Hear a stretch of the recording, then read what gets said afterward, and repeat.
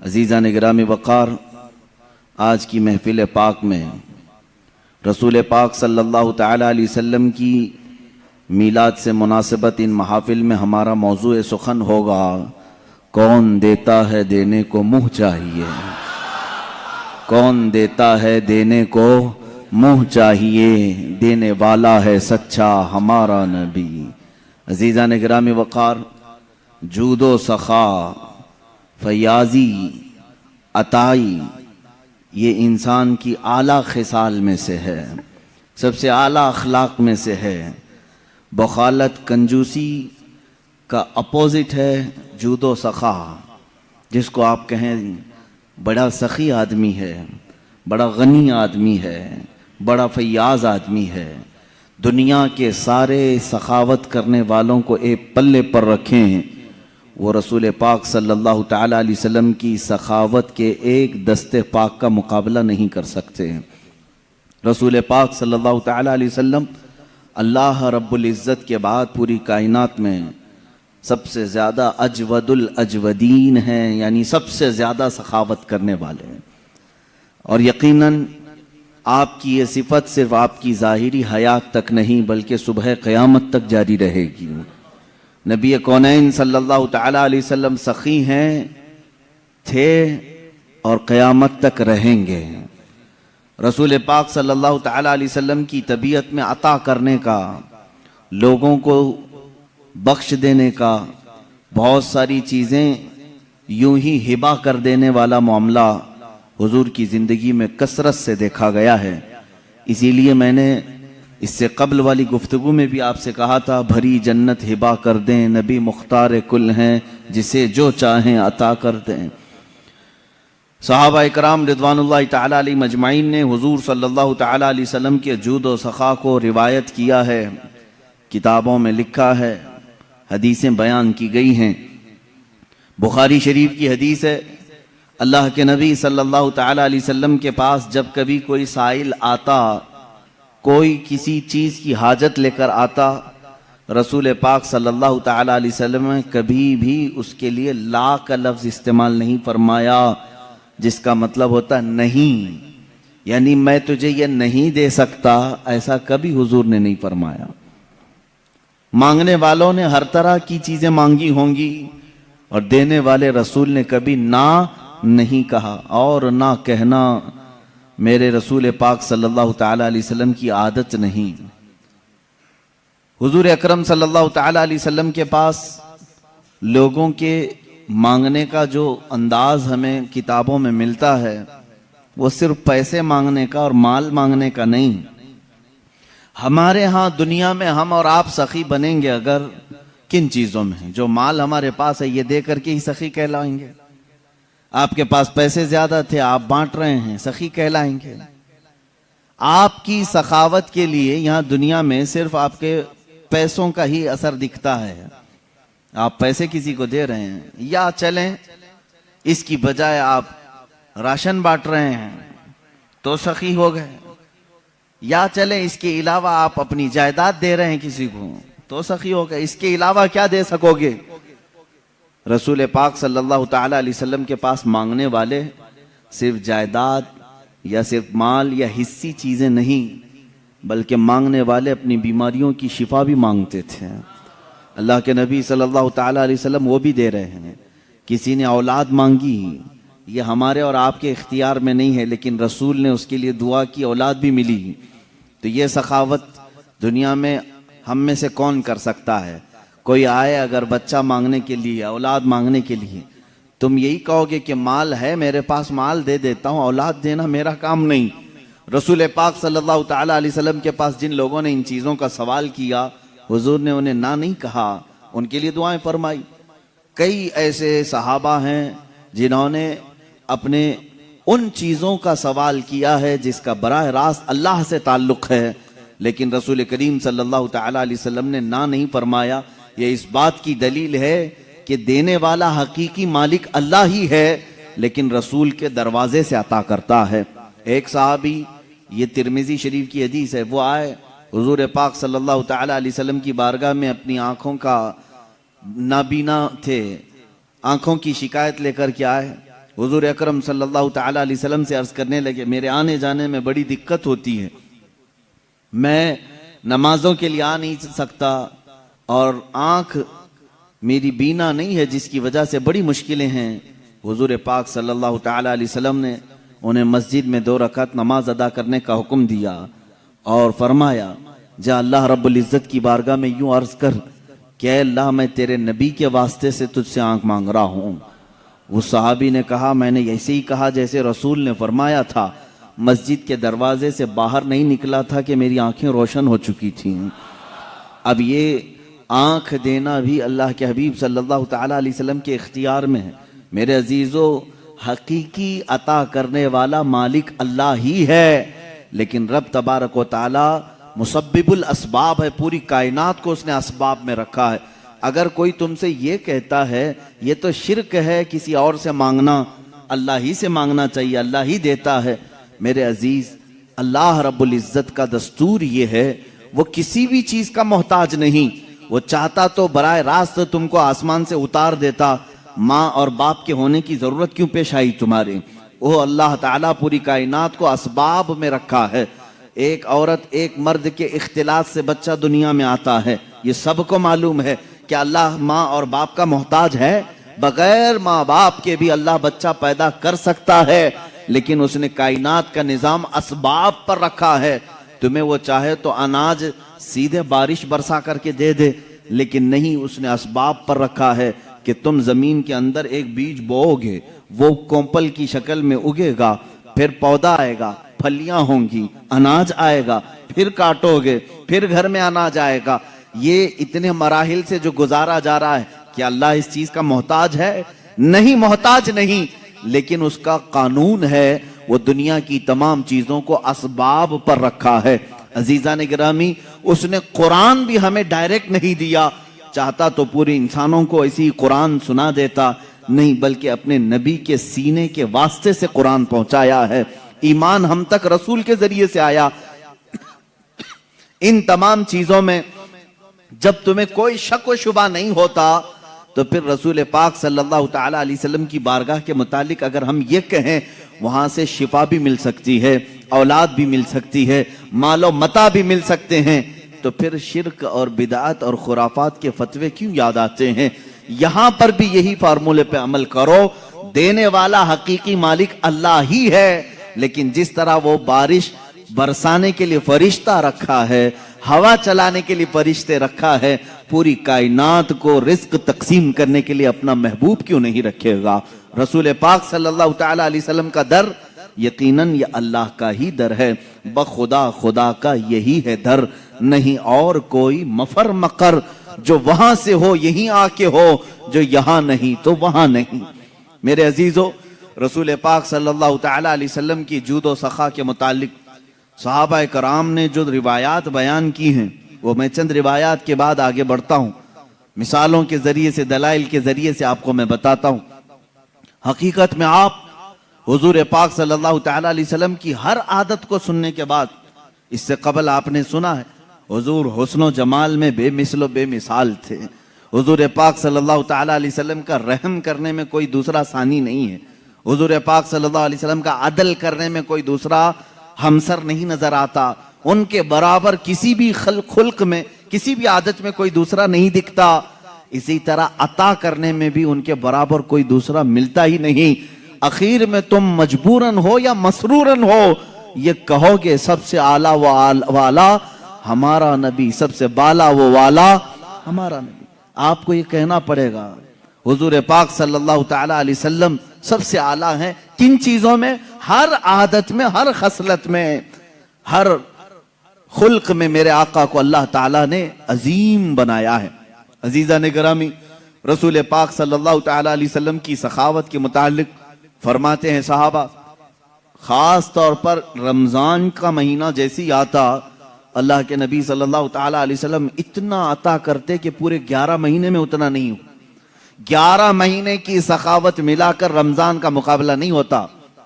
एक बार बहरैन से हजरत अला अल हदरमी रज़ियल्लाहु ताला अन्हु, वहां के गवर्नर थे, बहरैन से उन्होंने 1 लाख दिरहम हुजूर के तोहफे में पेश किए। 1 लाख दिरहम बहुत बड़ी कीमत होती है। आज के एतबार से 100 करोड़ के ऊपर चले जाएं। वो चांदी के दिरहम हुआ करते थे, उनकी मालियत, उनकी कीमत बहुत ज्यादा हुआ करती। हुजूर पाक सल्लल्लाहु ताला अलैहि वसल्लम की बारगाह में वो 1 लाख दिरहम आए। सहाबा फरमाते हैं हुजूर अकरम सल्लल्लाहु ताला अलैहि वसल्लम ने मस्जिद नबवी की फर्श पर वो सब बिखेर दिया और बैठे रहे।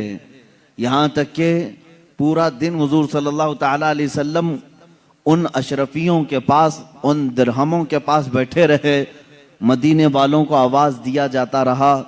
लोग अपनी अपनी हाजतों के मुताबिक आते थे, अपने थैले भर भर कर ले जाते थे। यहाँ तक कि हजरत अब्बास रज़ियल्लाहु ताला अन्हु आए। हदीस में है उन्होंने इतना जमा किया कि वो उठाकर ले जा नहीं सक रहे थे, उठा नहीं पा रहे थे। हुजूर पाक सल्लल्लाहु ताला अलैहि वसल्लम से वो ये कहने लगे कि या रसूल अल्लाह सल्लल्लाहु अलैहि वसल्लम, किसी से कह दें कि ये मेरा बोझ उठा दें, और अगर कोई नहीं उठा सकता तो आप ही उठा करके दे दें। ये था हुजूर अकरम सल्लल्लाहु ताला अलैहि वसल्लम के अता करने का अंदाज। यहाँ तक के मगरिब से पहले पहले वो 1 लाख दिरहम पूरे मदीने में खैरात हो चुके थे। 1 लाख दिरहम रसूल पाक सल्लल्लाहु ताला अलैहि वसल्लम ने पूरे अता कर दिए, पूरे अता कर दिए। मेरे अजीजों, बांटने वाला इस जमाने में जितना भी हो, हम में से कोई हो, लेकिन सखावत के उस आला मकाम के एक छोटे से हद तक हम नहीं पहुंच सकते। हम अपना पहले देखें उसके बाद, और हुक्म भी यही है। लेकिन रसूल पाक सल्लल्लाहु ताला अलैहि वसल्लम, एक मर्तबा आपके पास 10 अशरफियां आई, सोने की अशरफियां, और उनमें से 6 तकसीम हो गई, 4 अभी नहीं तकसीम हुई थी। हजरत आयशा सिद्दीका रज़ियल्लाहु ताला अन्हा फरमाती हैं वो 4 घर में थी तो रात भर हुजूर पाक सल्लल्लाहु अलैहि वसल्लम आराम ही नहीं किए, सुबह तक जागते रहे। हजरत आयशा फरमाती हैं मैंने अर्ज किया या रसूल अल्लाह सल्लल्लाहु ताला अलैहि वसल्लम, अगर ये भी तकसीम करना है तो सुबह कोई ना कोई हाजतमंद आ जाएगा, उसे तकसीम कर दें। हुजूर अकरम सल्लल्लाहु ताला अलैहि वसल्लम फरमाते हैं आयशा, मुझे डर लगता है कहीं सुबह होने से पहले मेरी मौत ना आ जाए और मेरे घर में ये 4 दिरहम पड़े रह जाएं। ये अल्लाह के नबी सल्लल्लाहु ताला अलैहि वसल्लम के अता करने वाला मामला था। एक बार हजरत आयशा सिद्दीका रज़ियल्लाहु ताला अन्हा फरमाती हैं यह आखिरी ज़माना है मेरे आका सल्लल्लाहु अलैहि वसल्लम का, घर में तशरीफ लाए और इरशाद फरमाने लगे मेरी अज़वाज मुतहरात में से जिसके पास भी सोना या चांदी है, अगर वो चाहे तो अल्लाह की बारगाह में सदका कर दे। अपनी बीवियों के सोने चांदी को खैरात सदका करने के लिए हुजूर अकरम सल्लल्लाहु अलैहि वसल्लम ने फरमाया मेरे अजीजों, ये फर्ज और वाजिब नहीं आपके ऊपर, लेकिन मैं मेरे नबी की सखावत आज अर्ज कर रहा हूं, सखावत अर्ज कर रहा हूं। अज़वाज मुतहरात ने पूछा या रसूल अल्लाह सल्लल्लाहु ताला अलैहि वसल्लम, क्या आज से आपकी बीवियों पर सोना चांदी पहनना हराम हो गया? क्या हम घरों में सोना चांदी नहीं रख सकती? जवाब सुने मेरे आका सल्लल्लाहु अलैहि वसल्लम इरशाद फरमाते हैं यकीनन तुम रख भी सकती हो, पहन भी सकती हो। सोना और चांदी जेवरात तुम्हारे लिए हलाल हैं, रख भी सकती हो, पहन भी सकती हो, मगर तुम्हारे शोहर मोहम्मद सल्लल्लाहु ताला अलैहि वसल्लम अपने मुतालिक फरमाते हैं मेरा ये इरादा है, मेरी ये तमन्ना है कि मैं देख रहा हूं मेरा आखिरी वक्त आ चुका है, मैं अपने रब के हुजूर जाने वाला हूं, तो मेरी ये तमन्ना है कि मैं इस हाल में अल्लाह से मुलाकात न करूं कि दुनिया में मेरे घर में सोना और चांदी पड़ा हुआ हो। मैं सोने और चांदी का मालिक बनकर के अल्लाह की बारगाह में नहीं जाना चाहता, मैं फकीराना जिंदगी में अल्लाह की हुजूर हाजिर होना पसंद करता हूं। ये रसूल करीम सल्लल्लाहु ताला अलैहि वसल्लम के वो अखलाक करीमाना है। अजीज़ान गिराम वक़ार, पूरी जिंदगी पाक आप देखें, माल से मोहब्बत मेरे आका सल्लल्लाहु अलैहि वसल्लम ने नहीं फरमाई। हाँ, आपके लिए कदरे ज़रूरत, बल्कि आप जिंदगी में इस्लाम की रविश पर चलते हुए करोड़ों कमा लें, इस्लाम उसको नाजायज नहीं कहता, लेकिन अगर तुम्हारे ऊपर माल की मोहब्बत का गलबा आ गया, वो गालिब आ गया, तो यहीं से तुम्हारी बर्बादी के भी दिन शुरू हो जाते हैं। कभी ऐसा अगर दिल में आने लग जाए कि माल पूरा मेरे पास है, ज़कात निकालूं कि नहीं निकालूं, समझ जाना कि माल ने तुम्हारे दिल पर गलबा कर लिया है। तुम्हारे पास 100 रुपये थे, 5 रुपये कोई सवाल करने वाला आ गया था, तुम्हारे दिल में ये ख्याल आने लग जाए 5 इसको दूं या ना दूं, तो समझ लो कि गलबा तुम्हारे दिल पर माल का आ गया है। 95 पर भी तुम यानी काने नहीं हो, कनात नहीं कर रहे हो, सबर नहीं है तुम्हें, 5 के जाने पर भी सबर दिल में नहीं आ रहा है, तो समझ लो कि दिल में मोहब्बत माल के गलबा पा चुका है। यहीं से बुराइयों के असरात शुरू होते हैं।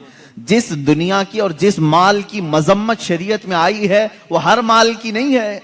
आप कमाओ, खूब कमाओ, लेकिन ऐसे ही जैसे समंदर में कश्ती तैरती है, समंदर में कश्ती तैरती है, जब तक कश्ती पानी के ऊपर चल रही है उसकी जिंदगी है, उसकी बका है। लेकिन पानी अगर कश्ती के अंदर आ गया तो पानी में वो कश्ती गर्क हो जाती है, डूब जाती है। तुम दुनिया में रहो, तुम दुनिया में रहो, माल जितना चाहे कमा लो, लेकिन तुम्हारे अंदर दुनिया आ गई तो डूब जाओगे, गर्क हो जाओगे। अब ये कैसे पता चलेगा कि मेरे अंदर दुनिया भर गई है या नहीं भरी? ये तुम्हारे उठने वाले हाथ ही बताएंगे, ये तुम्हारे देने वाले हाथ ही बताएंगे कि जब जब जरूरतमंद तुम्हारे पास आता है तो तुम्हारे पास माल होने के बावजूद तुम उसे देने का ख्याल करते हो या नहीं करते हो। अगर कुछ भी देने का ख्याल आया है, अल्लाह का शुक्र बजा लाओ कि अल्लाह ने तुम्हारे दिल को दुनिया की मोहब्बत से पाक रखा है, तुम अता करने वालों में से हो। और कयामत के दिन लोगों को देने वाला और बांटने वाला अल्लाह का महबूब कहलाएगा, अल्लाह रब्बुल इज्जत का वो महबूब होगा, क्योंकि अता करना अल्लाह की सिफत है। और इस सिफत पर जो दुनिया में अमल करता रहेगा वो अल्लाह का हबीब कहलाएगा। कयामत के दिन वो पाकों में और इनाम पाने वालों में शुमार होगा। आज इन हालात से हम गुजर रहे हैं, हम देखते हैं प्रैक्टिकली देने वाले जो मामलात हैं, अगर दिल पर तुम्हारे बोझ लगता है किसी को दे करके, या फिर देने के बाद एहसान जताने वाला जज्बा आता है, समझ लो कि तुम्हें दुनिया ने जकड़ रखा है, तुम्हें दुनिया ने अपने घेरे में ले रखा है। हुजूर पाक सल्लल्लाहु तआला अलैहि वसल्लम की बारगाह में सहाबा ने सवाल किया था, दुनिया में ताकतवर चीज क्या है? तो ये हदीस लंबी है। आपने फरमाया था कि दुनिया में बहुत ताकतवर चीज पहाड़ है, लोहा है। हुजूर पाक सल्लल्लाहु अलैहि वसल्लम ने फरमाया लोहा है। सहाबा ने कहा क्या इससे भी ज्यादा सख्त कोई चीज है? कहा उससे ज्यादा सख्त आग है, आग लोहे को भी जला देती। कहा आग से भी ज्यादा सख्त कोई चीज है दुनिया में? कहा पानी है, पानी आग को बुझा देता है। पानी से भी ज्यादा ताकत किसी के पास है? आपने फरमाया हवा के अंदर है। हवा दुनिया की सबसे ज्यादा ताकतवर, और वो बड़ी बड़ी चीजों को उखाड़ फेंकती है अगर जोश में आ जाए। उसके सामने क्या दरख्त, क्या इमारतें, सब हेच हैं। पानी वो तबाही नहीं ला सकता जो हवा ला सकती है। फिर साहबा ने पूछा क्या हवा से भी ज्यादा सख्त और ताकतवर कोई है? अब अल्लाह के नबी सल्लल्लाहु अलैहि वसल्लम ने फरमाया हाँ, एक चीज है और उससे ज्यादा ताकतवर कोई चीज नहीं। पूछा साहबा ने वो क्या? हुजूर पाक सल्लल्लाहु तआला अलैहि वसल्लम फरमाते हैं हवाओं से ज्यादा ताकतवर वो हाथ है कि उससे दे तो दूसरे को खबर ना हो। वो हाथ सबसे ज्यादा ताकतवर है कि बंद मुट्ठी में दिया, दूसरे हाथ को खबर नहीं हुई। वो दुनिया का सबसे ताकतवर तरीन हाथ है। ये इखलास के साथ जो अल्लाह की बारगाह में दिया गया है वो हाथ कीमती है। अजीजान गिरामी वक़ार, सखावत इंसान के लिए क्या दर्जा रखती है हदीस से सुन लो। हुजूर सल्लल्लाहु तआला अलैहि वसल्लम ने फरमाया सखावत जन्नत के दरख्तों में से एक दरख्त है। क्या है? दरख्त है सखावत। सखावत तो कोई हार्ड लफ्ज में नहीं कह रहा हूं, सबको मालूम है। देने वाले आदमी को, उसको दानी आप कहते हो अपनी जुबान में, बहुत दानी है, दयालु है या फयाज है या सखी है। सखावत जन्नत के दरख्तों में से एक दरख्त है और उसकी शाखें दुनिया में फैली हुई हैं। यह हदीस है। हुजूर सल्लल्लाहु अलैहि वसल्लम फरमाते हैं अब दुनिया में जिसने उसकी शाख पकड़ ली, जो दुनिया में सखावत किया, गोया कि उस दरख्त की शाख को उसने पकड़ लिया, मेरे आका फरमाते हैं ये शाख उसे अपनी जड़ तक जन्नत में ले जाएगी। वो पकड़ लिया है शाख को, और ये शाख उसे अपनी जड़ जो जन्नत में दरख्त है वहां तक ले जाएगी। और मेरे आका सल्लल्लाहु अलैहि वसल्लम ने फरमाया, बुखालत, कंजूसी, माल को दबा करके रखना, इसके भी 3 दर्जे हैं अलग अलग। बुखालत अलग अलग किस्म की है। एक बुखालत तो यह है कि अपने पे तो खर्चा करता है लेकिन दूसरों को नहीं देता, अपने पे खर्च करता है दूसरों को नहीं देता, यह भी बखील है। एक उससे भी आला किस्म का बखील है, डेंजर किस्म का कंजूस, ना दूसरों पे खर्च करता है ना अपने पे खर्च करता है। वो फिर क्यों माल कमाता है? वो ऐसा ही कुत्ता है जो बैल के चारे पे बैठा हुआ है। बैल के चारे पे बैठने वाला कुत्ता मालूम है, घास पे, बैल घास खाता है, बकरी घास खाती है, लेकिन कुत्ता उस चारे पे बैठा हुआ है, ना बकरी को खाने देता है ना खुद खाता है। कुत्ता घास नहीं खाएगा और ना बकरी को खाने देगा। इस तरह बहुत सारे कुत्ते बैठे हुए हैं। अब लफ्ज अगर सख्त लग रहा है तो माफ करें, लेकिन यह हकीकत है। जो इस तरह के माल पर जमे बैठे हुए हैं वो उसी कुत्ते की तरह हैं जो ना खुद खा सकते हैं ना दूसरे को खाने देते हैं। तो ये बुखालत का आला दर्जा है। और ये क्या है बुखालत? हदीस पाक में है, बुखालत दोजख के दरख्तों में से एक दरख्त है, जहन्नम के दरख्तों में से एक दरख्त है, उसकी शाखें दुनिया में फैली हुई हैं। जिसने कंजूसी की, जिसने बुखालत की, उसने उस बुखालत के दरख्त की शाख को पकड़ लिया। अब ये शाख उसे अपने जड़ जहन्नम तक लेकर जाएगी, वो दोजख तक उसे ले जाएगी। बखील आदमी दोजख में ले जाएगा। हदीस है, अस्सखी करीबुम मिनल्लाहि व करीबुम मिनल मलाइकति व करीबुम मिनन नासी व बईदुम मिनन नार। हुजूर फरमाते हैं, सखी आदमी अल्लाह से करीब है, फरिश्तों से करीब है, जन्नत से करीब है, तमाम इंसानों से करीब है, दोजख से दूर है। वल बखीलु बईदुम मिनल्लाहि व बईदुम मिनल मलाइकति व बईदुम मिनल जन्नति व बईदुम मिनन नासी व करीबुम मिनन नार।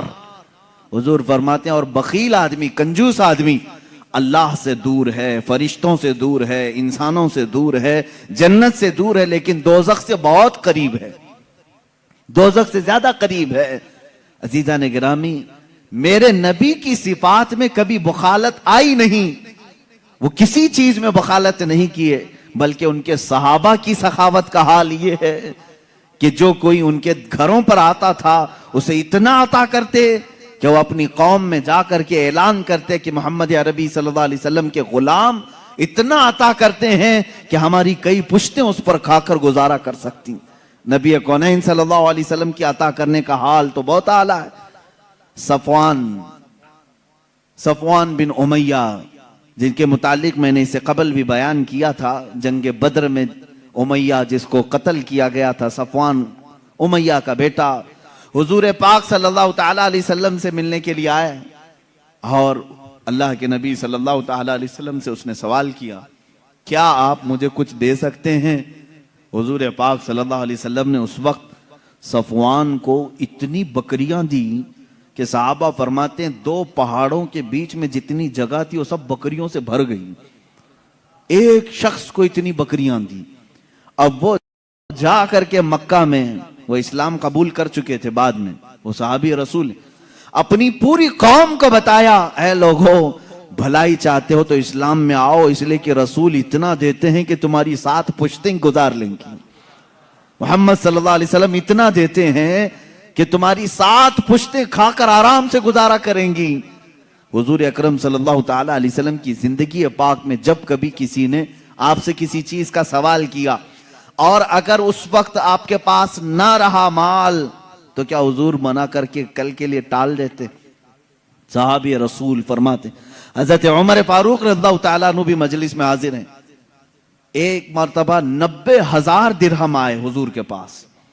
90,000 दिरहम बांटते रहे, सब खत्म हो गए। एक औरत ताखीर से आई, उसने कहा, या रसूल अल्लाह सल्लल्लाहु अलैहि वसल्लम, मैं मदीने की गरीब औरत हूं, सुना है आज माल बांटा जा रहा है, माल तकसीम किया जा रहा है, मुझे भी कुछ अता करें। हुजूर पाक सल्लल्लाहु अलैहि वसल्लम ने फरमाया सब भटक गया है, ये नहीं फरमाया कि अब क्या दूंगा, हो गया चलो खत्म हो गया। नहीं, रसूल करीम सल्लल्लाहु ताला अलैहि वसल्लम ने हजरत उमर से फरमाया, कहा ऐ उमर, क्या मुझे 2 दिन के लिए कर्जा मिल सकता है? कर्ज में कुछ दिरहम मिल सकते हैं? कहा रसूल पाक सल्लल्लाहु ताला अलैहि वसल्लम ने एक शख्स से कर्ज लिया, कर्ज लेकर के उस खातून को जितनी जरूरत थी वो पूरा माल दिया, और कर्ज खा से कहा कि तेरा जिम्मा मेरे ऊपर है, मैं तेरा कर्ज अदा करूंगा। एक मर्तबा नहीं, कई मर्तबा ऐसे मामला आता है। अल्लाह के नबी सल्लल्लाहु ताला अलैहि वसल्लम के पास अगर कोई इस हाल में आया कि आपके पास कुछ नहीं हो, आपने कर्ज लिया और उसे ना नहीं कहा, ना कहना मेरे रसूल की आदत ही नहीं। हुजूर पाक सल्लल्लाहु ताला अलैहि वसल्लम ने उसे अता किया। हजरत अबू हुरैरा रज़ियल्लाहु ताला अन्हु का हाल सुने। सैयदना अबू हुरैरा ये वो सहाबी हैं जो असहाबे सुफ़्फ़ा में से थे। असहाबे सुफ़्फ़ा उन सहाबा को कहते हैं जो अपना घर बार सब छोड़ करके बारगाह रसूल में रहते थे। मस्जिद नबवी से लग करके एक कट्टा था जिस पर एक छोटी सी छत बनाई गई थी छप्पर की, उसके नीचे 70 सहाबा रहते थे। उनका घर भी वही था, उनकी कुल जहां वही थी। उनका खाना पीना क्या था?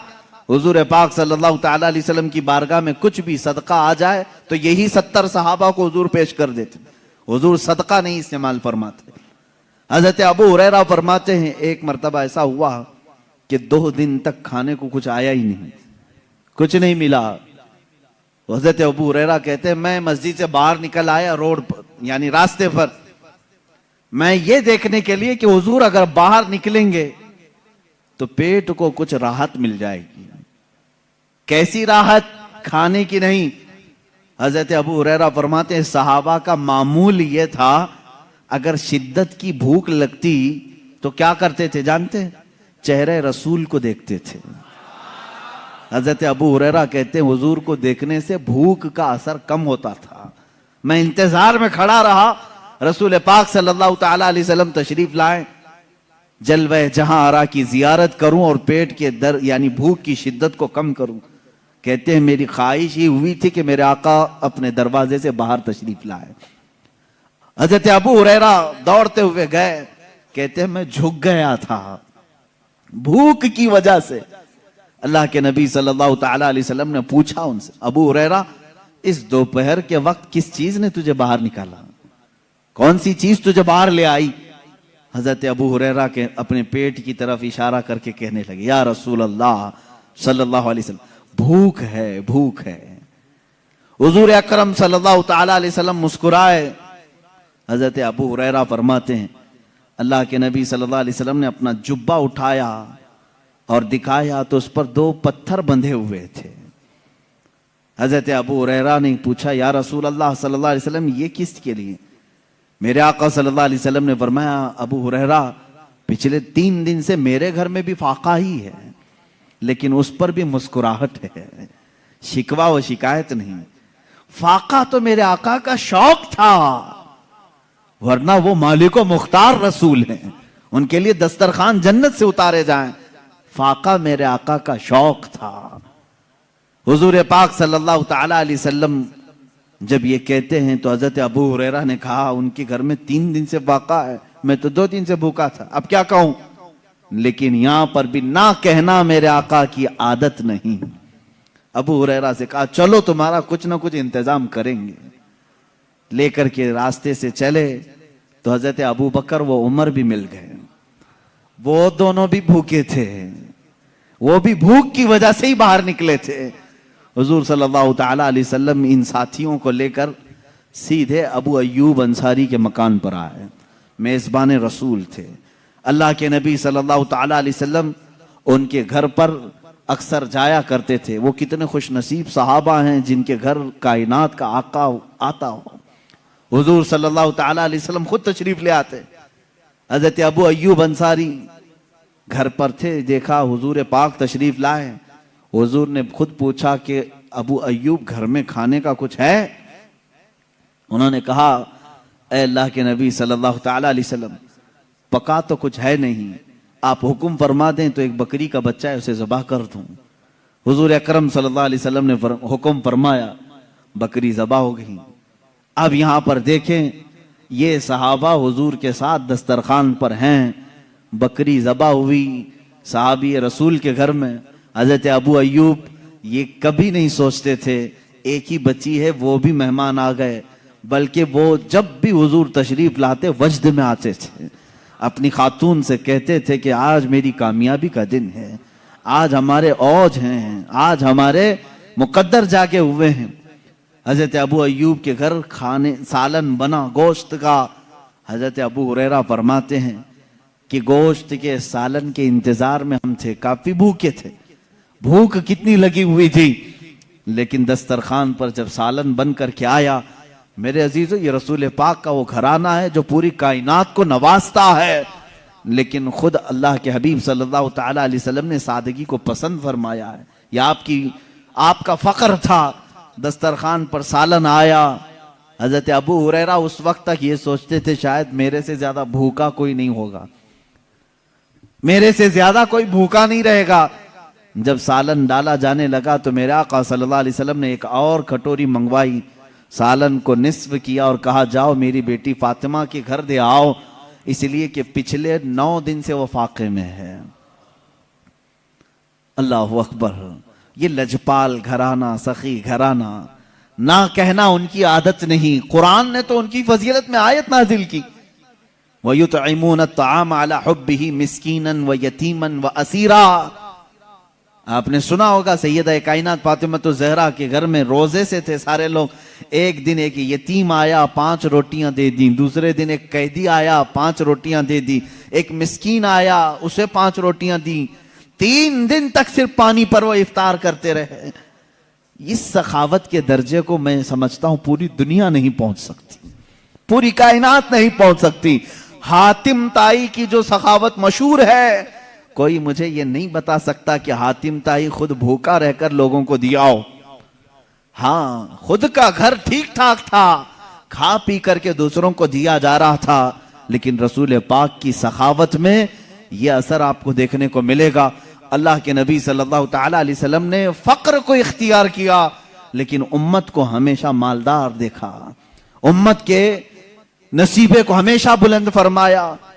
जो न भूला हम गरीबों को रजा, याद उसकी अपनी आदत कीजिए। मेरे अजीजों, बाज लोगों को ये गलत फहमी ना हो जाए, रसूल पाक सल्लल्लाहु ताला अलैहि वसल्लम अगर मालिक व मुख्तार थे तो पैबंद लगा लिबास क्यों पहनते थे? खजूर के रहते, सोने की कुर्सी पर बैठते। आप मुझे बताओ, उस सुन्नत पर अगर उम्मत को अमल करना होता तो क्या करती? हुजूर की हर सुन्नत पर अमल करने की ख्वाहिश उम्मती की है या नहीं? मेरे आका जैसे जैसे करते थे उसको सुन्नत कहते हैं। अगर रसूल पाक बड़े आलीशान महल बनाते और सोने की कुर्सी लेते तो मुझे बताओ इस सुन्नत पर कितने लोगों का अमल हो सकता था? हुजूर की पूरी जिंदगी ऐसी आदतें हैं कि बगैर छत वाला गरीब भी मेरे आका की सुन्नत पर अमल कर सकता है। हुजूर की सुन्नतों पर अमल करना हर उम्मत के लिए आसान है। इसीलिए मेरे आका सल्लल्लाहु ताला अलैहि वसल्लम ने हाई प्रोफाइल की जिंदगी इख्तियार नहीं की, क्योंकि उम्मत पर दुश्वार ना हो, उम्मत मेरी अदाओं पे और सुन्नतों पे अमल करने में दुश्वारी महसूस ना करे। अब आए अल्लाह के नबी सल्लल्लाहु ताला अलैहि वसल्लम जो बे इंतहा अता करते थे, बेहिसाब नवाजते थे, उसकी चंद मिसालें मैं अर्ज करूं। बारगाह रिसालत मुआब सल्लल्लाहु ताला अलैहि वसल्लम से किसको क्या मिला है, ये वो लोग बताएंगे जिनको मिला है। सहाबा इकराम रिदवानुल्लाह ताला अलैहिम अजमाइन की आदत यह थी, बीमार हो तो रसूल पाक के पास आ जाते, अपनी पेट के दर्द की शिकायत लेकर आए, कोई आंखों की नाबीना होने की शिकायत लेकर आए, कोई जुबान के गूंगा होने की शिकायत लेकर के आए, और हर एक को मेरे आका सल्लल्लाहु अलैहि वसल्लम ने अता करके भेजा है। पेट के दर्द वाले को पेट के दर्द से शिफा, और गूंगे को जुबान, नाबीना को आंखें, लंगड़े शख्स को पांव, ये तमाम चीजें रसूल करीम सल्लल्लाहु ताला अलैहि वसल्लम के दरबार से अता की गई। अब मसला यहां आता है, अब जब हम ये बयान करते हैं रसूल सखी थे, बेहिसाब अता करते थे, तो कुछ लोग कहते हैं हमें एक्सेप्ट है इस चीज का, हम मानते हैं, लेकिन वो उनकी जिंदगी में था, अब तो वो कब्र में जा चुके हैं, अब वो कब्र में जा चुके, अब तुम मत मांगो। तो इसलिए अब मैं अपने टॉपिक को बादे वफात हुजूर की सखावत पर ही कहना चाहूंगा। हुजूर की वफात के बाद वो क्या क्या अता करते हैं। मेरे अजीजों, मिसालें यहां हमारे पास जितनी मौजूद हैं किताबों में, हुजूर की हयात से ज्यादा वफात के बाद की हैं, क्योंकि मेरे आका सल्लल्लाहु ताला अलैहि वसल्लम अपनी जाहिरी हयात में 63 साल तक रहे, लेकिन वफात होकर के अब 14 सदियां करीब आ गई हैं, यानी 1390 साल से ज्यादा करीब करीब हो गए। अल्लाह के हबीब सल्लल्लाहु ताला अलैहि वसल्लम के इतने लंबे अरसे में क्या उम्मत को कभी कुछ नहीं मिला वहां से? जिसको नहीं मिला होगा वो अलग बात है, लेकिन जिनको मिला है वो वक्त के ताजदार हैं, मुहद्दिसीन हैं, फुकहा हैं, उलमा हैं, जिनके झूठ बोलने के मुतालिक कभी उम्मत तसव्वुर नहीं कर सकती। इतने सारे लोगों ने रिवायत किया है मेरे आका सल्लल्लाहु ताला अलैहि वसल्लम की अता के सिलसिले में। हाफिजुल हदीस मोहम्मद इब्ने मुनकदिर रदी अल्लाह ताला बड़े हदीस के हाफिज हैं। हाफिज कहते हैं जिसको 1 लाख से ज्यादा हदीसें याद हो, ये मुहद्दिस हैं हाफिज मोहम्मद रहमहुल्लाह। ये फरमाते हैं मदीना तैयबा में हम रहते थे, मेरे बाप के पास एक शख्स ने 80 दीनार या 80,000 जो भी है 80 दीनार अमानत के तौर पर रखा, और वो तिजारत की गरज से या फिर किसी काम की गरज से बाहर चला गया, और उसने मेरे बाप से कहा था कि जब मैं आ जाऊं तो मुझे मेरी अमानत वापस कर देना, लेकिन जब तक तेरे पास है चाहे तो तू इस्तेमाल कर लेना, इजाजत अगर दिया है अमानतदार तो आप अमानत का इस्तेमाल कर सकते हैं, लेकिन जब वो वापस आए तो उसे अमानत लौटा दी जाए।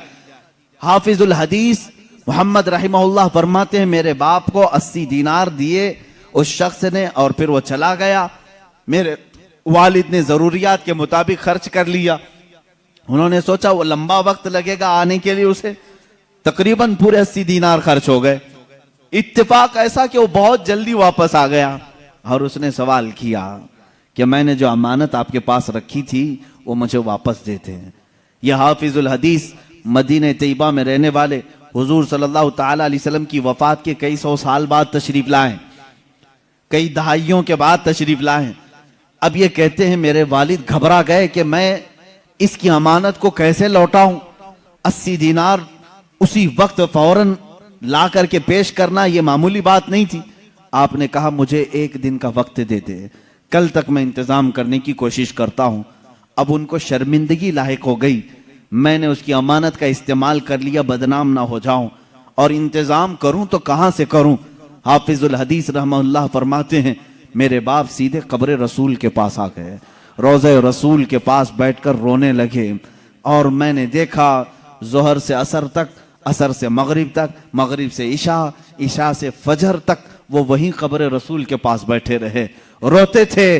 बार बार गए रसूल सल्लल्लाहु ताला अलैहि वसल्लम से इतना कहते थे कि मेरे आका मेरी इज्जत की हिफाजत कर लें, मेरी लाज रख लें, मैंने वो अमानत खर्च कर दी, अब मेरे पास देने की ताकत नहीं।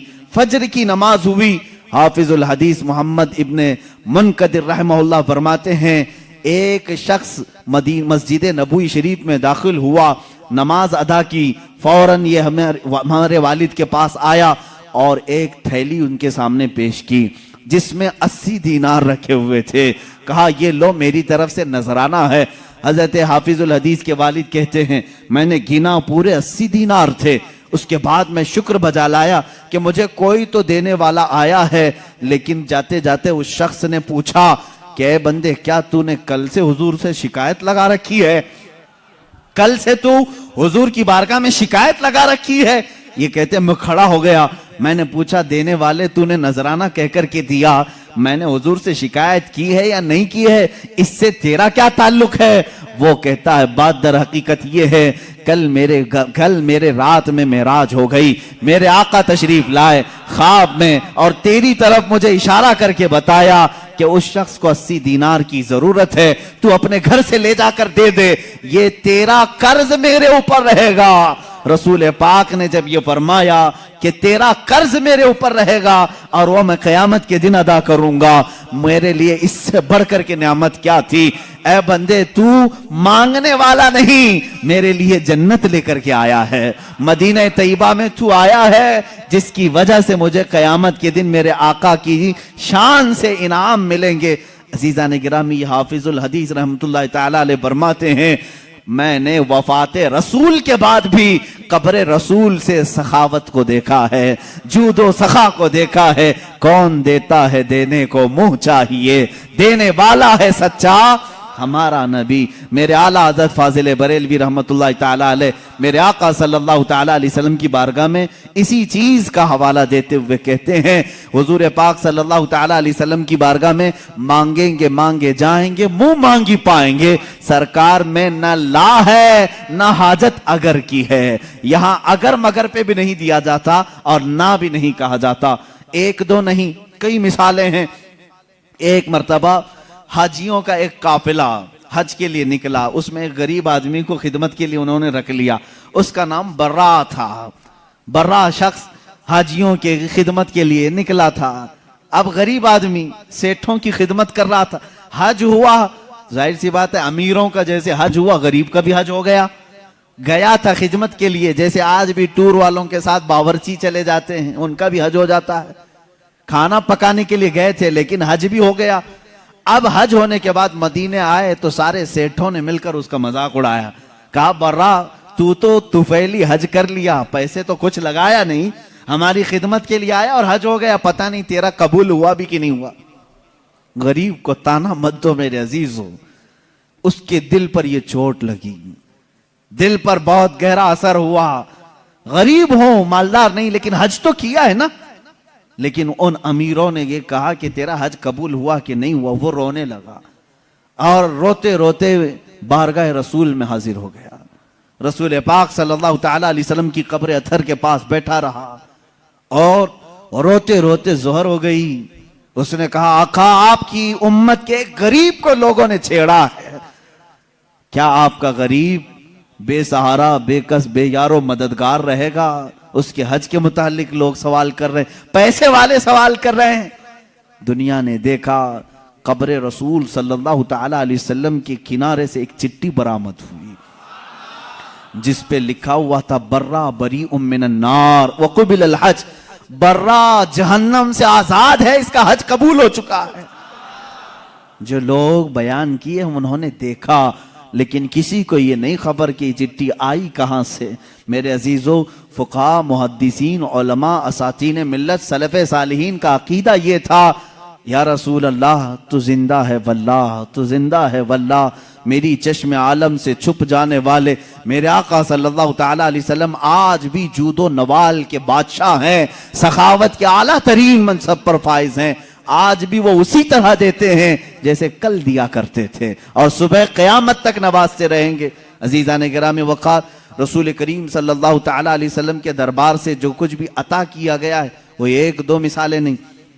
हाफिजुल हदीस हैं अबू हफ्स समरकंदी रहमहुल्लाह, एक मशहूर आलिम दीन है। उन्होंने अपनी किताब में लिखा है कि मक्का मुकर्रमा में एक शख्स के साथ ऐसा मामला पेश आया कि उस शख्स के वालिद का इंतकाल हुआ, वालिद का, बाप का इंतकाल हुआ।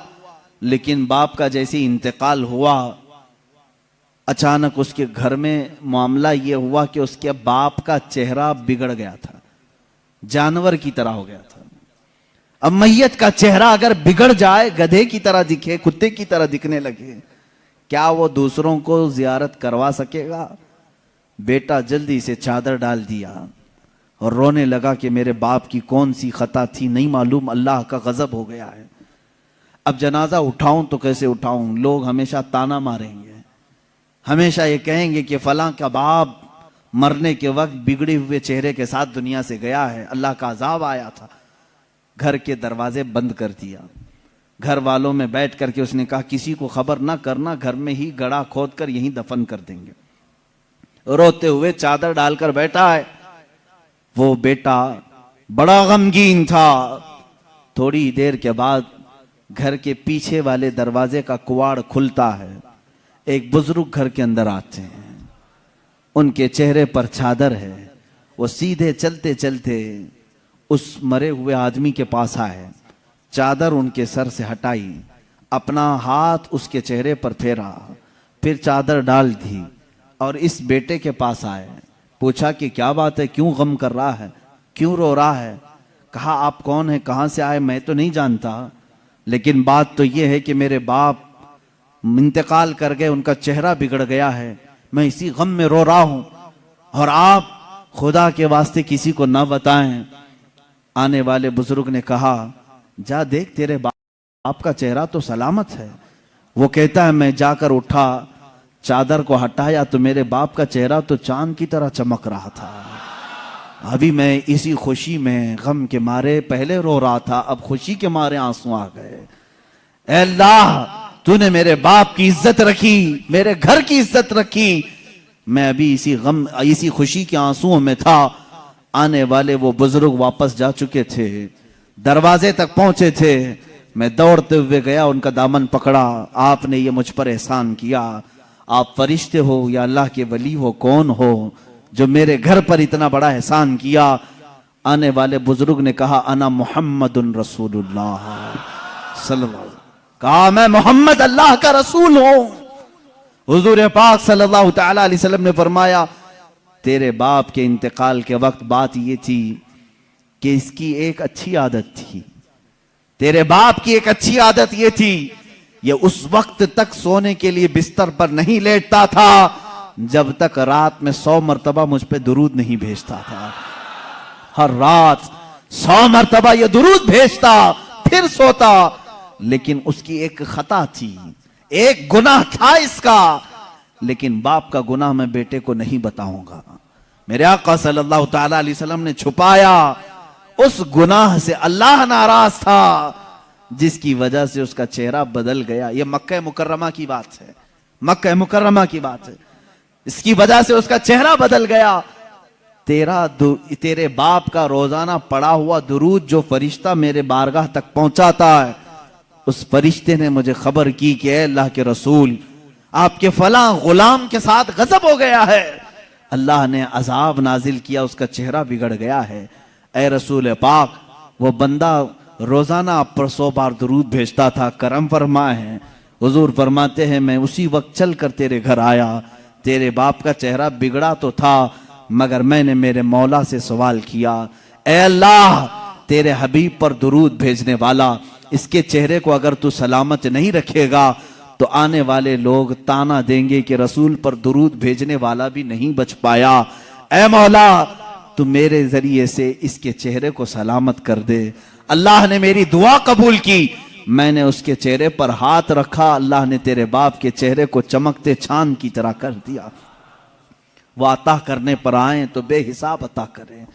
बाद वफात की बात मैं कर रहा हूं, ये जाहिरी जिंदगी की बात नहीं। वफात होकर कई साल हो चुके थे, तब की बात है। इसीलिए तो हम आशिकों का ये कहना है, या रसूल अल्लाह, सुना है आप हर आशिक के घर तशरीफ लाते हैं, मेरे घर में भी हो जाए चिरागा, या रसूल अल्लाह, मेरे दिल में भी हो जाए चिरागा, या रसूल। मेरे आका आओ कि मुद्दत हुई है, तेरी राह में अखियां बिछाते बिछाते बड़े दिन हुए हैं, मेरे आका घर को सजाते सजाते। अल्लाह के नबी सल्लल्लाहु तआला अलैहि वसल्लम का इंतजार करो ऐ मुसलमानों, चाहे हमारी जिंदगी इस पे फना हो जाए, खत्म हो जाए, दीद के लिए तरसते रहो और इसी इंतजार में तुम्हारी जिंदगी कटनी चाहिए। अब की रात आए कि तब की रात आए, जब ये रातें जिंदगी की कट जाएं, वो रात तो जरूर आएगी जो कब्र की पहली रात होगी, वहां तो दीदार करोगे इंशाअल्लाह। लेकिन उस दीदार के इंतजार में अपनी जिंदगी काटो, ये नहीं कि अपनी आंखों को हसीनाओं की गलाजत से भर लो, गंदी तस्वीरों से, गंदी फिल्मों से अपनी आंखों को दागदार कर लो। ये नहीं, इन आंखों को अल्लाह ताला ने तुम्हारे रसूल के दीदार के लिए दिया है। इसीलिए शहजादे आला हजरत ने यूं कहा है, तुम्हें न देखा तो किस काम की हैं ये आंखें, उन्हें न देखा तो किस काम की हैं ये आंखें, कि देखने की है सारी बहार आंखों में, कुछ ऐसा कर दे मेरे किरदगार आंखों में, हमेशा नक्श रहे रूए यार आंखों में, हमेशा नक्श रहे रूए यार आंखों में। मुफ्ती आजम हिंद तो ये फरमाते हैं कि तुम अपने आंखों में जलवे रसूल ऐसा बसा लो, ऐसा बसा लो कि कब्र के दिन, कब्र की रात में फरिश्ते जब आए सवाल करने के लिए, तो मुफ्ती आजम फरमाते हैं फरिश्ते जो पूछें कब्र में कि किसकी उम्मत हो, फरिश्ते जो पूछें कब्र में कि किसकी उम्मत हो, तो आप जवाब क्या कहते हैं? वो कहते हैं लो देख लो कि है तस्वीर यार आंखों में, लो देख लो कि है तस्वीर यार आंखों में। हमारी आंखों में वो जलवे रसूल इस तरह से रहे, वो आते हैं। बल्कि एक शायर ने यही कहा है मेरे अजीजों, आज गालिबन 7वीं महफिल है, आज 7वीं महफिल है, और इस तरह 70 नहीं 700 महफिलें हो जाए। हम इन महफिल के मुतालिक हमेशा, मैं भी, मेरी आदत ये है, मैं ये कहता हूं क्यों महफिल सजा रहे हो, क्यों बैठ रहे हो, रोज क्यों सुनने आ रहे हो, रोज हम क्यों सुनाने आ रहे हैं? हमारा मकसद ये है वो आएंगे, आते होंगे, अभी आएंगे, वो आएंगे, आते होंगे, अभी आएंगे। यही सोच के हमने महफिल को सजा रखा है। हमारा अकीदा यही सोच के हमने महफिल को सजा रखा है। रसूल करीम सल्लल्लाहु तआला अलैहि वसल्लम जब अता करने पर आते हैं तो बेहिसाब अता करते हैं। गमगीन उम्मतियों की फरियाद रसी के लिए भी आते हैं। जिस उम्मती ने जब फरियाद किया मेरे आका वहां तशरीफ लाए। आपको मालूम है अल्लाह के नबी सल्लल्लाहु तआला अलैहि वसल्लम की एक और बात मैं बता दूं, मशहूर जमाना कसीदा मौला या सल्ली वसल्लिम दाइमन अबदा अला हबीबी का खैरिल खल्क़ि कुल्लिहिम। तकरीबन मेरे आका सल्लल्लाहु तआला अलैहि वसल्लम की वफात के भी 700 साल बाद आने वाले इमाम शरफुद्दीन बोसीरी, ये वो अजीम बुजुर्ग हैं, मद्दाहे रसूल हैं। तकरीबन 170 अशार में इन्होंने कसीदा लिखा है जिसमें मेरे आका के हर अज़ू की तारीफ की है। जिस तरह आप अगर हिंदुस्तान का कोई बोसीरी देखना चाहते हैं, हिंदुस्तान का शरफुद्दीन बोसीरी देखना चाहते हैं, तो बरेली के इमाम अहमद रजा को देखें, जिसने अपने नाथिया कलाम में रसूल पाक के हर अज़ू को पिरो करके मोतियों की तरह सजाया है, इमाम शरफुद्दीन बोसीरी। और हद तो यह है मेरे अजीजों, वहाबियों की, नजदियों की, सल्फियों की हुकूमत आई जिन्होंने इश्क़ रिसालत माब सल्लल्लाहु तआला अलैहि वसल्लम के खिलाफ न जाने कितनी बकवास की। लेकिन मुझे उस वक्त फख्र होता है जब मदीने रसूल जाते हैं और दरबार रसूल की जालियों पर अंदर जाने का जो दरवाजा है, उस दरवाजे के ताले पर, चाबी पर आज भी इमाम बोसीरी का कसीदा लिखा हुआ है, हुवल हबीबुल्लज़ी तुरजा शफाअतुहु लिकुल्लि हौलिम मिनल अहवालि मुक्तहिमी। पहले तो दीवारों पर लिखा हुआ था कसीदा, इन्होंने मिटाया क्योंकि इनके अकीदे के एतबार से शिर्क था। 700 साल पहले आने वाले इमाम बोसीरी ने जब पुकार करके ये कहा था, या करमल खल्क़ि माली मन अलूज़ु बिही सिवा का इंद हुलूलिल हादिसिल अममी, ऐ मखलूक में सबसे अकरम रसूल, तकलीफों में मेरे पास तुम्हारे सिवा है कौन, मुसीबतों में आपके अलावा मेरे पास कौन है जिसकी बारगाह में मैं फरियाद करूं तो मेरी फरियाद को पहुंचेगा। ऐ रसूल तुम्हारे अलावा कौन है। वलन यदीक रसूल अल्लाही जाहो कभी इदल करीम तजल्ला बिस्मि मुंतकिमी। इमाम बोसीरी ने यह कसीदा कब लिखा था, इसकी तारीख में है। आप जवान आलिम दीन, आशिक रसूल, लेकिन अचानक लकवे ने हमला कर दिया, फालिज का असर आ गया। जब फालिज आ जाए तो मालूम है जिस्म बेकार हो जाता है, बिस्तर पर रहे। लकवे के असर से ऐसा कि दोस्तों ने दोस्ती छोड़ दी, लोग तो दूर होते ही हैं, बीमारों के अलावा, घर वालों के अलावा कौन रहे। ये बीमारी लंबी हो गई, हाथ पैर उठते नहीं थे, सोते सोते जिस्म के अंदर भी तरह तरह की तब्दीलियां आने लगी। एक जमाना हो गया ऐसे बीमारों के जब आंसू निकलते हैं तो सीधे मदीने पहुंच जाते हैं, जिनका दुनिया में कोई तबीब भी नहीं, जिनका दुनिया में कोई गम की दास्तान सुनने वाला नहीं, जिनकी दुनिया में कोई बोली सुनने वाला नहीं, ऐसे गरीब अगर सुनाते हैं तो सिर्फ मुस्तफ़ा को सुनाते हैं। इसलिए कि आशिकों ने यही कहा, या रसूल अल्लाह, न कोई अमल है सुनाने के काबिल, न मुंह है तुम्हारे दिखाने के काबिल, लगाते हैं उसको भी सीने से आका, जो होता नहीं मुंह लगाने के काबिल, मेरे आका उसको भी सीने से लगाते हैं, उस गरीब की बिपता भी सुनते हैं। इमाम बूसीरी ने लिखना शुरू किया, अमिन तज़क्कुरि जीरानिम बिदी सलमी मज़ज्त दमअन जरा मिन मुक़लतिन बिदमी अम हब्बतिर रिअ मिन तिलक़ाइ काज़िमतिन औ मदल बर्क़ फ़ि ज़लमाइ मिन इज़मी। ये कसीदा लिखते लिखते लिखते लिखते आंसुओं की लड़ियां इतनी कि बिस्तर नम हो गया, आंखें लग गई। बेदारी के आलम में लिख रहे थे, आंखें लग गई, नींद आ गई।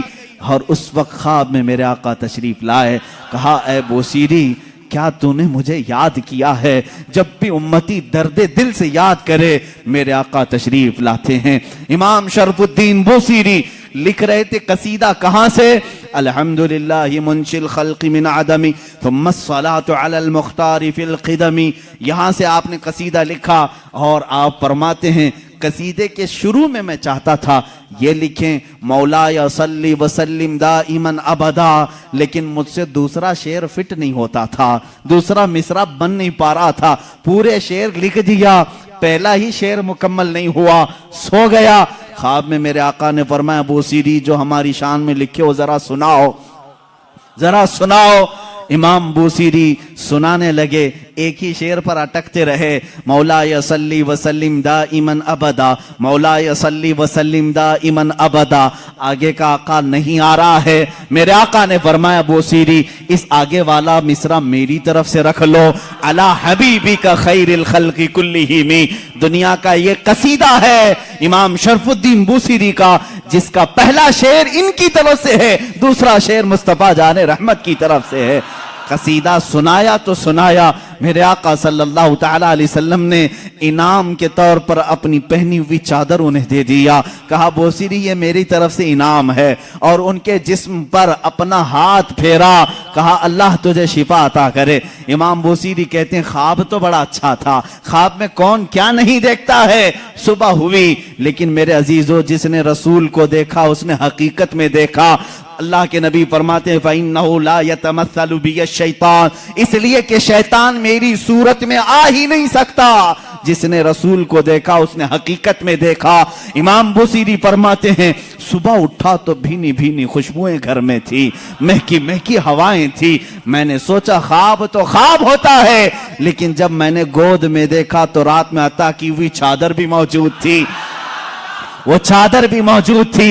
और उसके बाद उठने की कोशिश किया तो मैं देख रहा हूं हाथ भी सलामत, पैर भी सलामत, जिस्म भी सलामत, ना कोई लकवा है ना कोई फालिज है। ये रसूल पाक का दरबार है जिसको इमाम इश्क व मोहब्बत आला हजरत ने फरमाया मेरे करीम से अगर कतरा किसी ने मांगा, मेरे करीम से अगर कतरा किसी ने मांगा, दरिया बहा दिए हैं, दरिया बहा दिए हैं। कौन देता है देने को मुंह चाहिए, देने वाला है सच्चा। मेरे अजीजों किसी की जय विजय क्यों पुकारें, क्या गरज हमको, हमें काफी है सैयद अपना नारा। मांगेंगे मांगे जाएंगे, मुंह मांगी पाएंगे। सरकार में न ला है न हाजत अगर की है, वाह क्या जूदो करम है शहबत हा तेरा, नहीं सुनता ही नहीं मांगने वाला तेरा। हमारे पास जब इतने सारे अशार हैं तो दूसरों के हाथ दर दर की ठोकरें क्यों खाएं, हम इधर उधर की ठोकरें क्यों खाएं, फिर के गली गली तबाह ठोकरें सबकी खाई क्यों।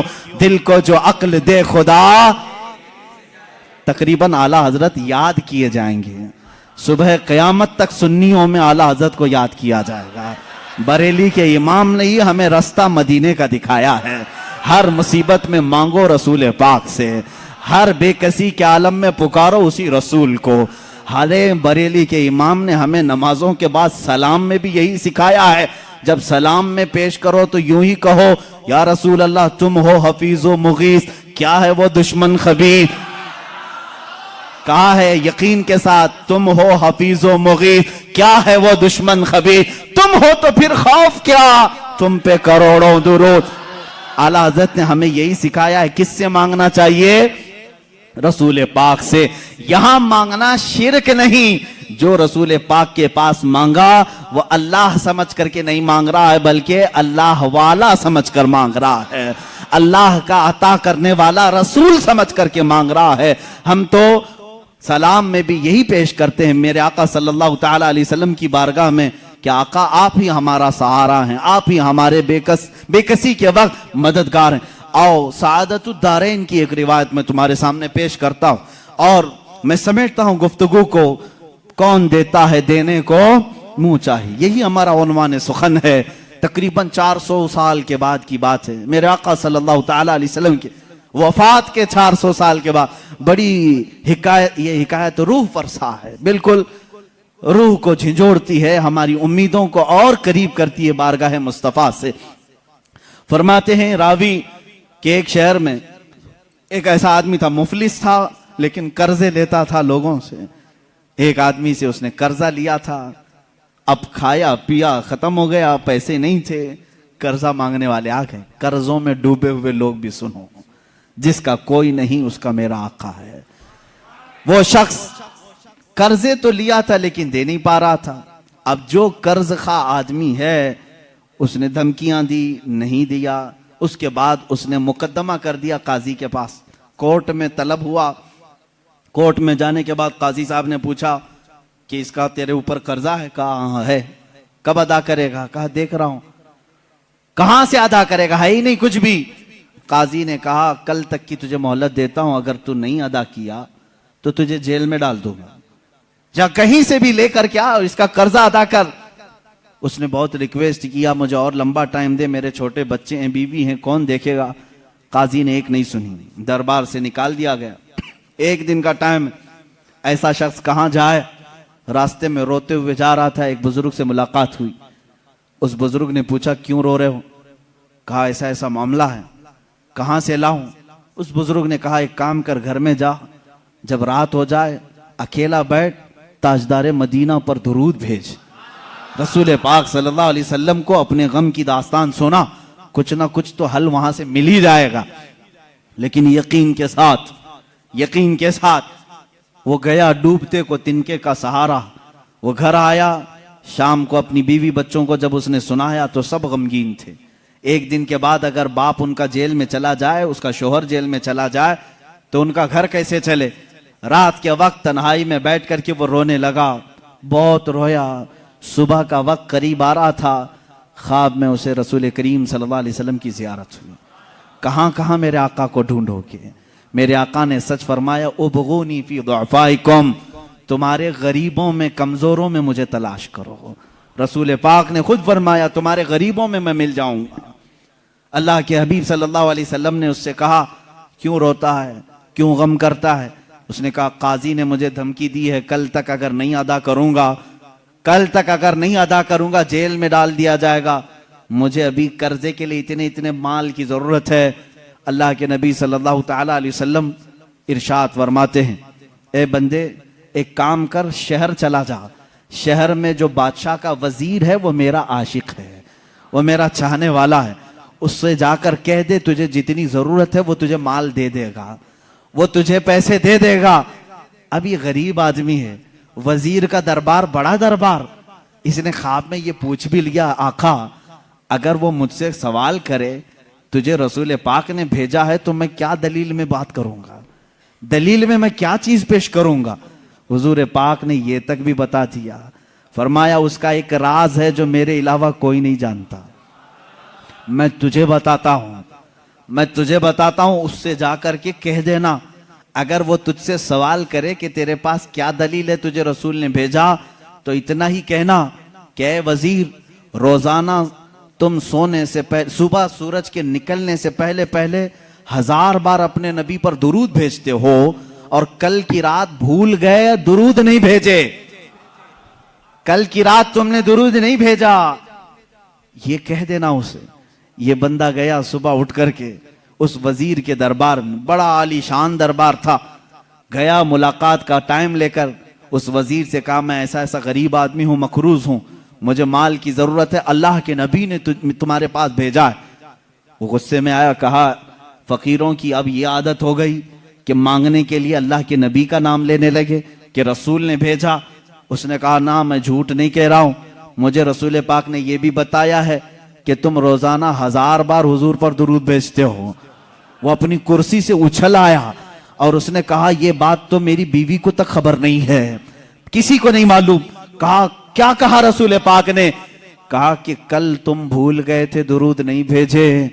उसने कहा हकीकत में मेरे आका ने सच फरमाया, कोई जिंदगी की एक रात आज तक मेरी कज़ा नहीं हुई, कल मेरी जिंदगी में ऐसा दिन आया कि मैं दुरूद नहीं पढ़ सका, बहुत रोया, अपने खजाने के पास ले जाकर उसे खड़ा कर दिया।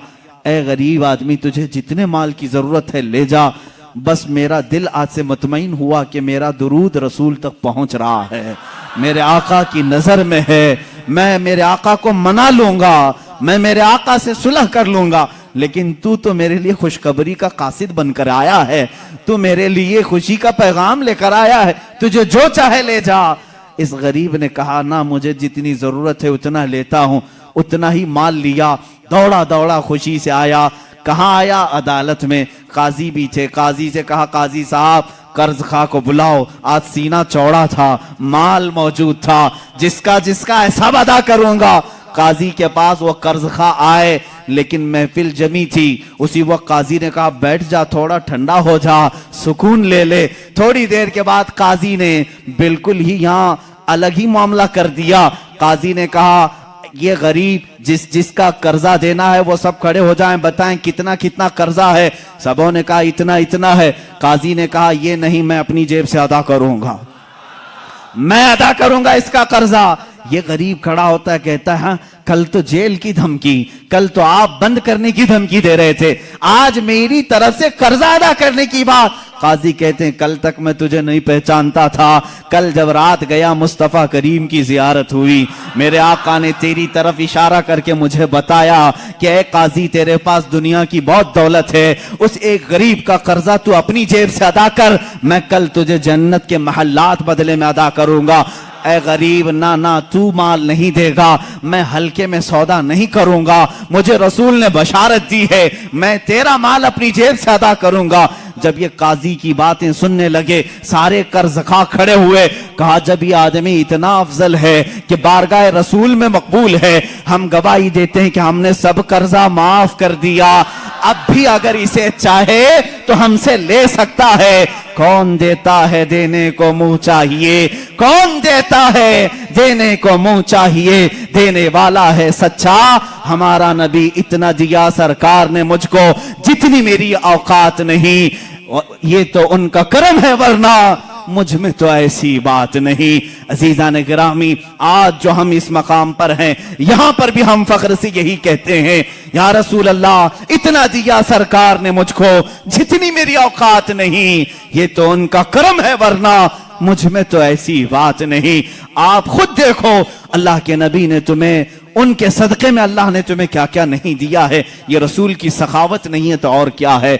आज भी मांगने का सिलसिला बाकी रखो, लेकिन इसके उसके दर से नहीं, दरबारे रिसालत से मांगेंगे। क्यों? उनके हम गुलाम हैं, उन्हीं से मांगेंगे। गुलाम अपने आका से मांगता है तो अच्छा लगता है। अब एक और रिवायत में अर्ज करता हूं, हजरत अला इब्न मुबारक, बाज रिवायत में जला इब्न मुबारक रहमहुल्लाह ताबई हैं, ये फरमाते हैं मदीने में पहुंचा था, हुजूर पाक सल्लल्लाहु तआला अलैहि वसल्लम के मदीने पहुंचा, भूखा था, कुछ भी खाने के लिए नहीं था, पैसे भी खत्म हो गए थे। मस्जिद नबवी में गया, दोपहर का वक्त था, वो भूख की वजह से शिद्दत से तकलीफ हो रही थी, सो गया ये कह करके या रसूल अल्लाह तुम्हारा मेहमान हूं, आप ही खिलाएं। किससे मांगू, कौन देगा मदीने में, और मदीने में आकर दूसरों से मांगू अच्छा भी नहीं लगता, आपके होते हुए किस दरबार पर मैं जाऊं। हुजूर पाक सल्लल्लाहु तआला अलैहि वसल्लम की बारगाह में सवाल किया, सो गया। मेरे अजीजों, कितनी मिसालें मैं तुम्हारे सामने रखूं, ये फुकहाए उम्मत, मुहद्दिसीन और बुजुर्गों की बात मैं कर रहा हूं, आम बंदों की नहीं।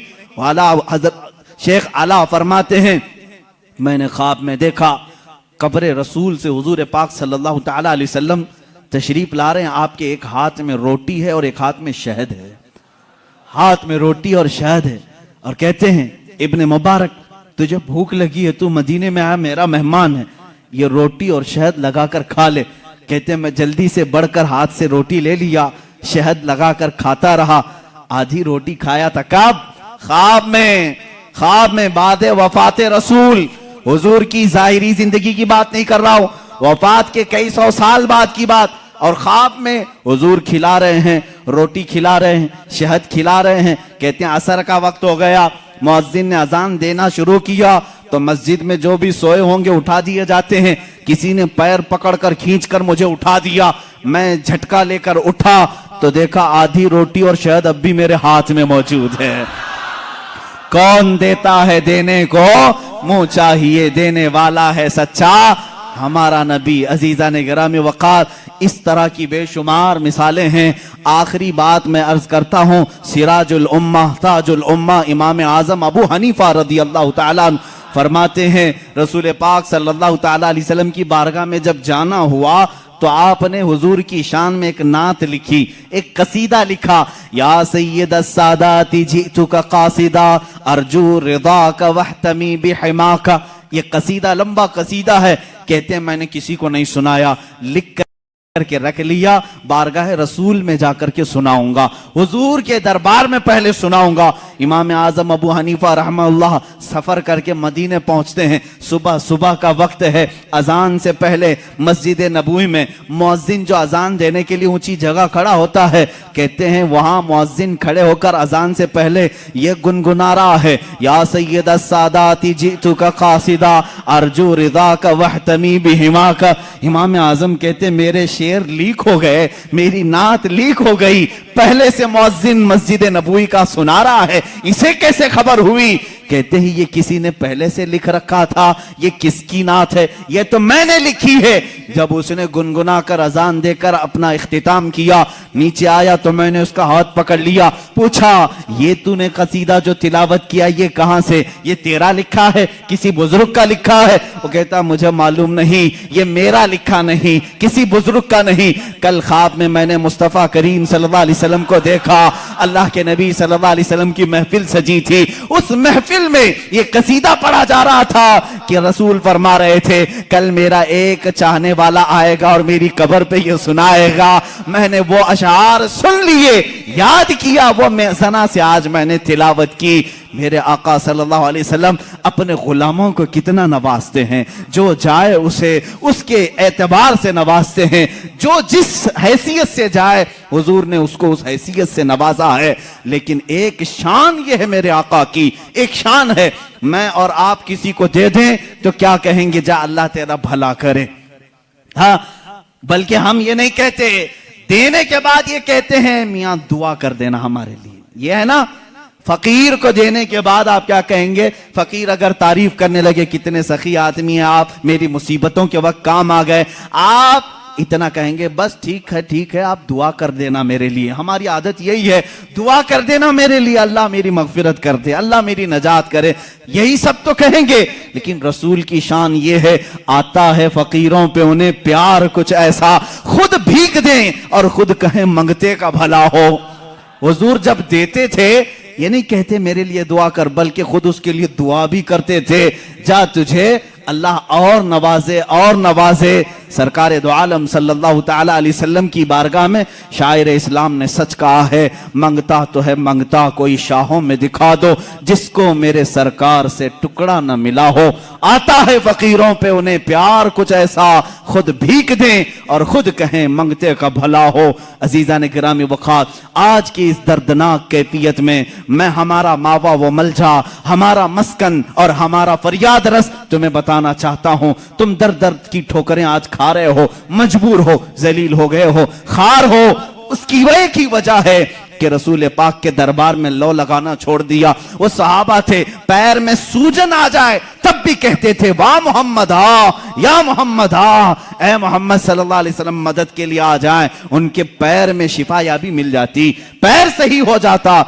ए उम्मते मुस्तफा के गयूर नौजवानों, आज मैं तुमसे ये कहना चाहूंगा, दुनिया तुम्हें खरीदने की कोशिश कर रही है, चंद सिक्कों में, चंद पैसों में। कोई इतना देकर अपना बना ले, कोई कुछ देकर अपना बना ले, लेकिन तुम्हारी शान ये होनी चाहिए, मुझे जहां सरकार से मिलता है उतना कोई दूसरा दे ही नहीं सकता, और मैं बाजार मुस्तफा का गुलाम हूं। मेरे आका ने मुझे जो खरीद करके अनमोल किया है, मेरी कोई दुनिया में कीमत नहीं लगा सकता।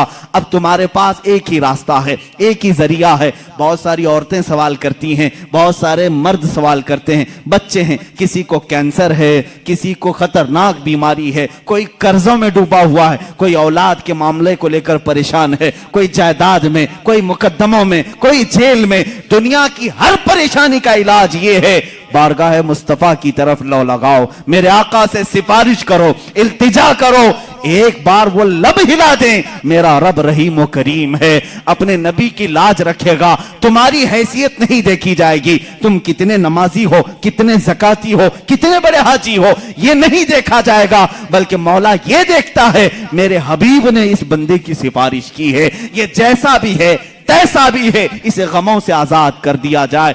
आखिर में मैं इमाम अहले सुन्नत फाजिल बरेलवी रदी अल्लाह ताला अन्हु के इसी शेर पर अपनी गुफ्तगू को खत्म करता हूं। या रसूल अल्लाह, तुम्हारे दरबार में पूरी उम्मत की मेरी जानिब से ये इल्तिजा है, तेरे टुकड़ों पे पले, गैर की ठोकर पे न डाल। या रसूल अल्लाह, तेरे टुकड़ों पे पले, गैर की ठोकर पे न डाल, झिड़कियां खाएं कहां, छोड़ के सदका तेरा।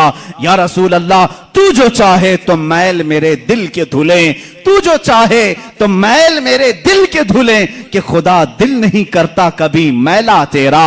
व आखिर दावाना अनिल हम्दुलिल्लाहि रब्बिल आलमीन।